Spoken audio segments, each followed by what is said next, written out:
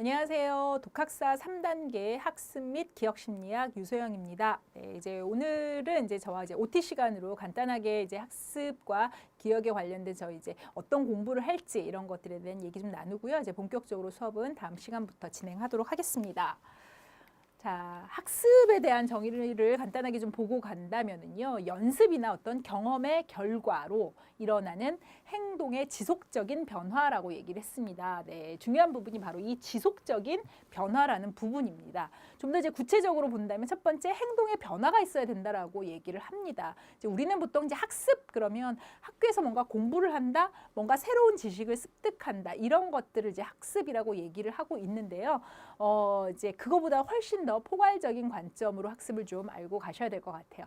그리고 두 번째는 연습이나 훈련 또는 경험에 의해서 변화가 생겨야 된다라고 얘기를 합니다. 자, 그런데 성숙에 의한 변화는 학습으로 간주하지 않는다라고 얘기를 합니다. 이 부분도 여러분들이 기억을 좀 해 두실 필요가 있어요. 성숙이라고 하는 거는 우리가 어떤 유전적인 프로그래밍, 미리 다 정해져 있는 어떤 유전적 프로그래밍 으로 인해서 변화되는 모습입니다. 그러니까 엄마의 뱃속에서 어떤 태아가 점점 사람의 모습으로 변화하는 것도 성숙이라고 할 수 있고요. 그 다음에 사춘기 때 어떤 아이들의 변화되는 모습들 있죠. 이런 것들을 다 성숙이라고 표현을 합니다. 그래서 성숙은 학습으로 간주하지는 않습니다. 유전적인 영향을 받는 것들은 학습이 아닙니다. 외부적인 어떤 환경에 의해서 우리가 훈련하고 연습하고 경험하는 것들이 학습에 해당이 되는 거죠. 그리고 비교적 영속적이어야 한다. 꾸준히 계속 지속되어야 된다는 얘기죠. 그래서 동기, 피로, 감각적인 수능이나 어떤 유기체의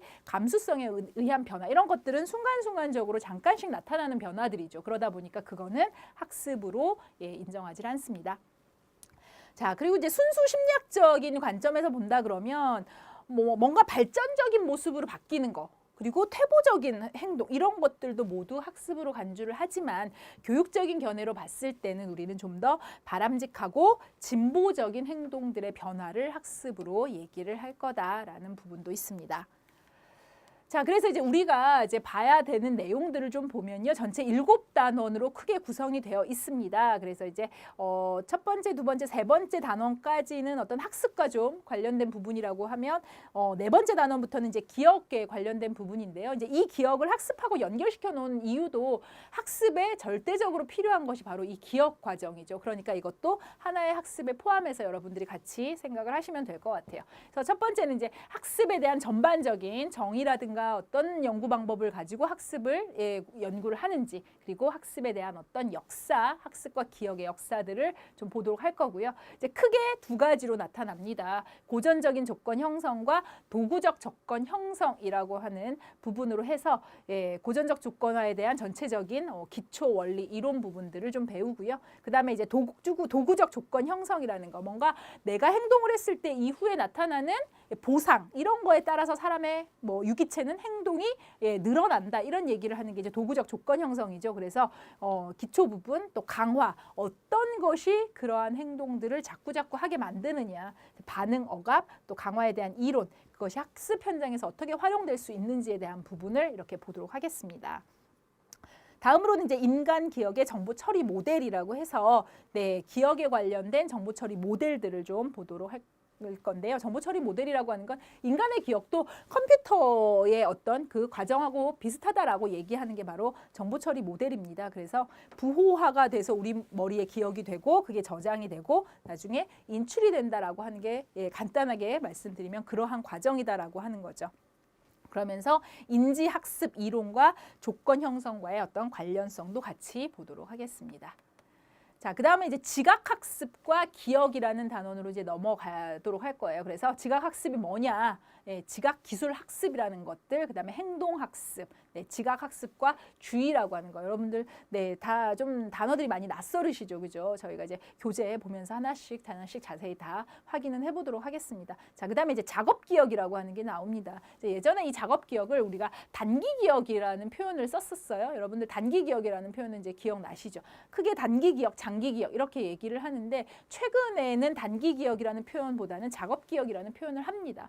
예전에 단순하게 기억이 잠깐 머물렀던 것이다라고 해서 단기 기억이라고 표현을 했었는데 실질적으로 보니까 그 단기 기억이 많은 활동들을 하더라는 것이 이제 알게 된 거죠. 그래서 표현을 무언가 작업, 처리를 하고 있다라는 의미로 해서 작업 기억이라고 표현을 합니다. 그래서 작업 기억에 관한 이제 전반적인 내용들을 좀 볼 거고요. 그다음에 이제 장기 기억으로 넘어가서 굉장히 종류가 많습니다. 뭐 일화 기억, 의미 기억, 선언적, 절차적, 암묵, 외현 이렇게 기억들의 여러 종류들을 좀 확인을 하고요. 마무리로 이제 정서 학습과 기억을 보도록 하겠습니다.